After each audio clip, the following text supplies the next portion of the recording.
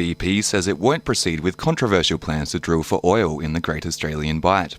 The plans to begin exploration drilling off South Australia's west coast have been rejected twice on environmental grounds. However, Managing Director Claire Fitzpatrick says the project now does not line up with the company's strategic goals. Wilderness Society State Director Peter Owen says BP has made the right decision.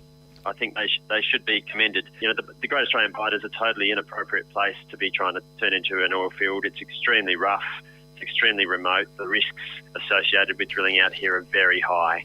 Vulnerable rooming house residents are paying a large proportion of their income on rent. Research by the Tenants Union of Victoria shows only 2 out of 108 houses, analysed between January and July, were affordable for low-income earners. Single rooms are typically available for rent in rooming houses. Tenants Union Policy Officer Yael Caspi says people often have few options.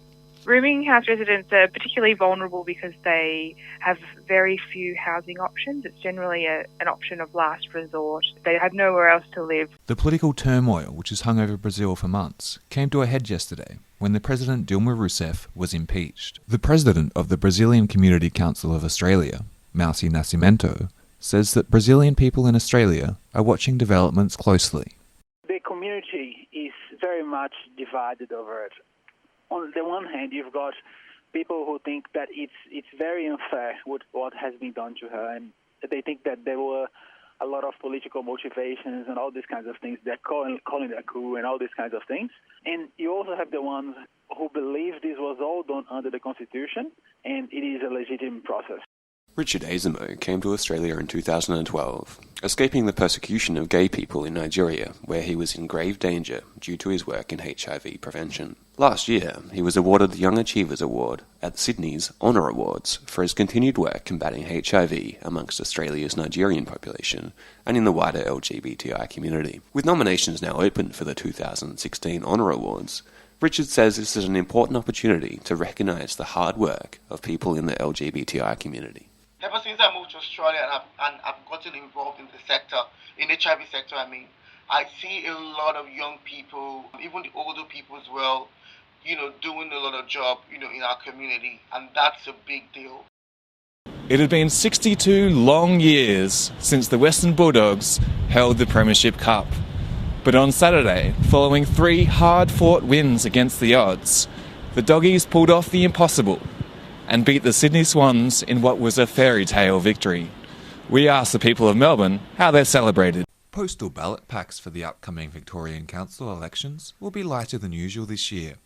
Controversial legislation pushed through state parliament by the Liberals, Nationals and Greens will see how to vote cards removed from the packs, a decision which Victorian Greens leader Greg Barber hopes will diminish the influence of so-called dummy candidates. With council elections coming up this October, those wanting to run dummy candidates will have to shell out some extra cash to send out how to vote cards themselves.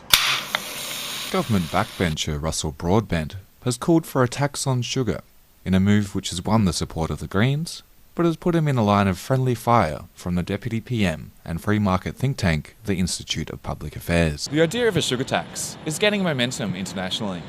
The World Health Organization has asked countries to consider implementing a tax to curb rising obesity rates. The Makers and Shakers market here in Melbourne is providing a space for emerging designers to showcase their ethical and sustainable designs. That's why there's more brands like Prodigal Daughter coming up, representing where they're from, because if we don't take ownership of our culture, then it's just going to keep getting stolen.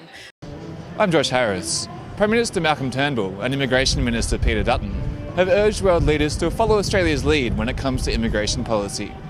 Speaking at a UN summit in New York, Malcolm Turnbull said that world leaders can learn a lot from Australia's tight border controls. What do you think about the Bulldogs?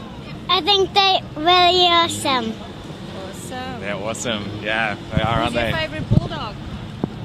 Jason. Jason Johannesson. Right. So there you have it. It seems the sons of the West are now truly the sons of Victoria. Josh Harris, Newsline.